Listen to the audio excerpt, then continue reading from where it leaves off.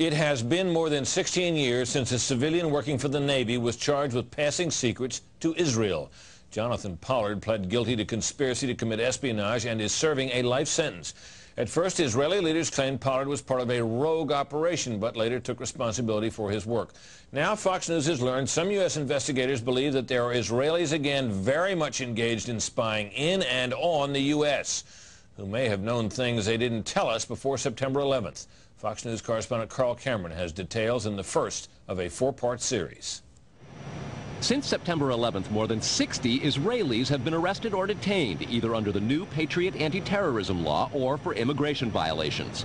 A handful of active Israeli military were among those detained, according to investigators, who say some of the detainees also failed polygraph questions when asked about alleged surveillance activities against and in the United States.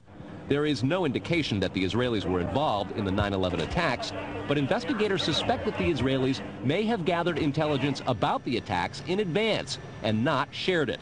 A highly placed investigator said there are, quote, tie-ins, but when asked for details, he flatly refused to describe them, saying, quote, evidence linking these Israelis to 9/11 is classified. I cannot tell you about evidence that has been gathered. It's classified information. Fox News has learned that one group of Israelis, spotted in North Carolina recently, is suspected of keeping an apartment in California to spy on a group of Arabs who the United States is also investigating for links to terrorism. Numerous classified documents obtained by Fox News indicate that even prior to September 11th, as many as 140 other Israelis had been detained or arrested in a secretive and sprawling investigation into suspected espionage by Israelis in the United States. Investigators from numerous government agencies are part of a working group that's been compiling evidence since the mid-90s. These documents detail hundreds of incidents in cities and towns across the country that investigators say, quote, may well be an organized intelligence gathering activity. The first part of the investigation focuses on Israelis who say they are art students from the University of Jerusalem and Bezalel Academy. They repeatedly made contact with U.S. government personnel, the report says, by saying they wanted to sell cheap art or handiwork. Documents say they, quote, targeted and penetrated military bases, the DEA, FBI, and dozens of other government facilities, and even secret offices and unlisted private homes of law enforcement and intelligence personnel. The majority of those questioned, quote, stated they served in military intelligence, electronic surveillance intercept, and/or explosive ordnance units.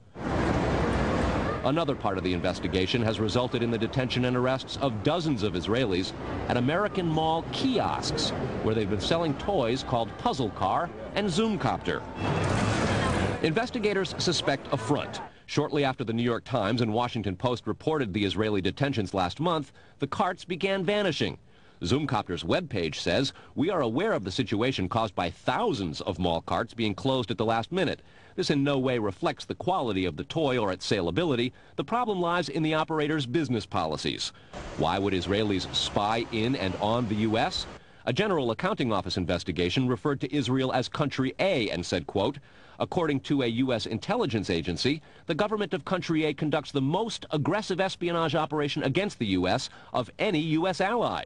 A defense intelligence report said Israel has a voracious appetite for information and, quote, the Israelis are motivated by strong survival instincts which dictate every facet of their political and economic policies. It aggressively collects military and industrial technology, and the U.S. is a high priority target. The document concludes, quote, Israel possesses the resources and technical capability to achieve its collection objectives. A spokesman for the the Israeli embassy here in Washington issued a categorical denial, saying any suggestion that Israelis are spying in or on the U.S. is, quote, simply not true. There are other things to consider, and in the days ahead, we will take a look at the U.S. phone system and law enforcement's methods for wiretaps, and an investigation into the possibility that both have been compromised by our friends and allies overseas. Brett? Carl, what about this question of advanced knowledge of what was going to happen on 9/11? How clear are investigators that some Israeli agents may have known something? Well, it's very explosive information, obviously, and there's a great deal of evidence that they say they have collected, none of it necessarily conclusive. It's more when they put it all together. A bigger question, they say, is how could they not have known? Almost a direct quote, Brett. This going to the fact that they were spying on some Arabs, right? Correct. All right, Carl, thanks very much.